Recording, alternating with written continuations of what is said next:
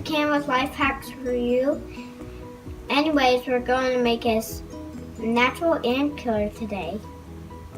Cool. Thanks for that intro, Cannon. That's right, we're going to be making natural ant killer today. We're going to be using borax, sugar, and water. So it's a pretty simple ingredient list. First, we're going to add 1 cup of water. Next, we're going to add 1/2 cup of sugar. And thirdly, 3 1/4 tablespoons of sodium tetraborate, also known as borax. 2, 3. Okay, so we've got all the ingredients in place. Now we're just going to stir it and let it come to a boil on high heat.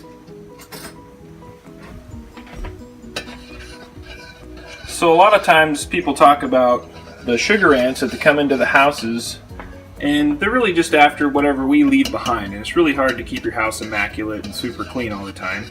But if you have a few of these traps properly placed around your home, you can control the ant population really quickly. It's probably one of the quickest ones I've ever seen, and it's natural. If somebody were to find this, an animal or a person, and eat it, it would probably upset your stomach and, maybe make you feel a little sick, but it wouldn't kill you. And most of the pesticides out there are just not okay for people to eat. If you're wondering what the common ant's Latin name is, Camponotus concebrinus, which is a really strange name. Doesn't sound like ant at all to me. But anyway, that's who we're going to battle. And this will work for any insect that eats sugar, like ants. What it does is the sodium tetraborate is dissolved in the sugar in the water, dissolved in the water along with the sugar. The ants can only taste the sugar, so they drink and eat it. Then they share it with other ants, and what happens is, once it's in their body, it basically dries them out. And when they're dried out little ants that you find around your house aren't messy. They're pretty easy just to sweep up. And they will die and be hanging out at a couple of different places when you find them. Well, anyway, that's all you have to do. It's just now coming into a boil, and we have made our product. So here we're going to build our ant trap. So Cannon picked out the colors, good job. And he helped cut out these circles. We took a relish lid. So relish lid doesn't have to be relish lid, just a little bit thicker than a milk jug lid, which are pretty much the same everywhere you go. And it just has to be a little bit, this lid has to be a little bit bigger and a little bit taller than your milk jug lid. So it doesn't have to be relish, but you just pick one that's bigger. We're going to glue this into here with hot glue. Then we've taken another piece of paper and cut out a circle that was just a little bit bigger than the top of our lid, and we're going to glue that down in place when we're done.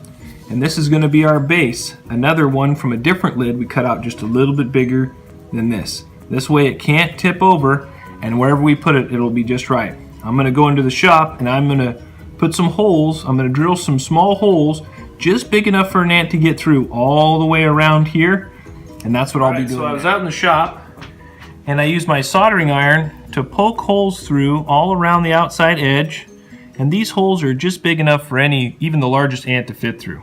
Then I've hot glued our little pad for our relish container to sit into, and I've hot glued our milk jug lid to sit down inside, and I've pre-filled it with our solution. Now I take a little bit of that solution and dab it around into different places all around, just around the inside rim, so that way the ants can find it. And I paint a little bit up the sides here on each place, because ants can climb just about any surface. But I just paint a little bit around, and I put a little bit right outside the hole. And then I take a tiny bit and I put it just in a few little spots out here, because I want them to be able to find it.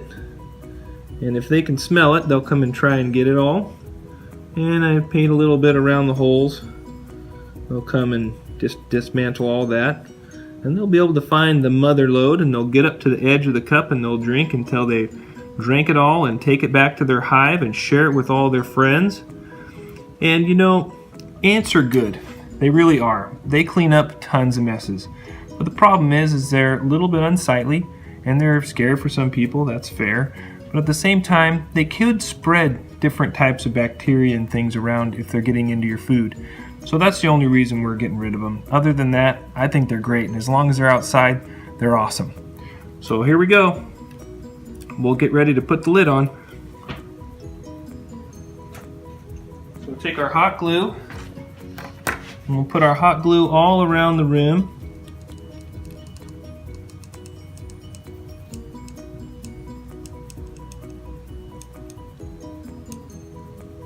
It doesn't really need to be a ton.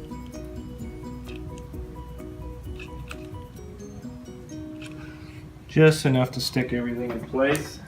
I'm running out of hot glue here, so we need a little bit more. Okay, just need enough. Probably should just did a few dabs. Anyway, we'll put our lid on.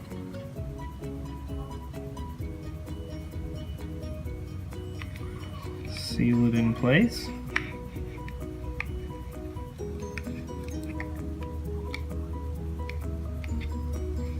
I like hot glue, it dries really fast, it's really easy to use.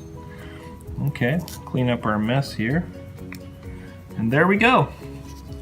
Our ant trap is finished. Okay, so we're just finishing up with our ant trap, and the only other thing we have to remember is when we're transporting it, we have to keep it just like this. We don't want to tip it upside down because then it'll pour out our stuff.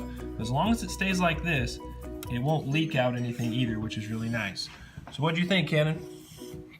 It's really easy. Well, that's a good thing.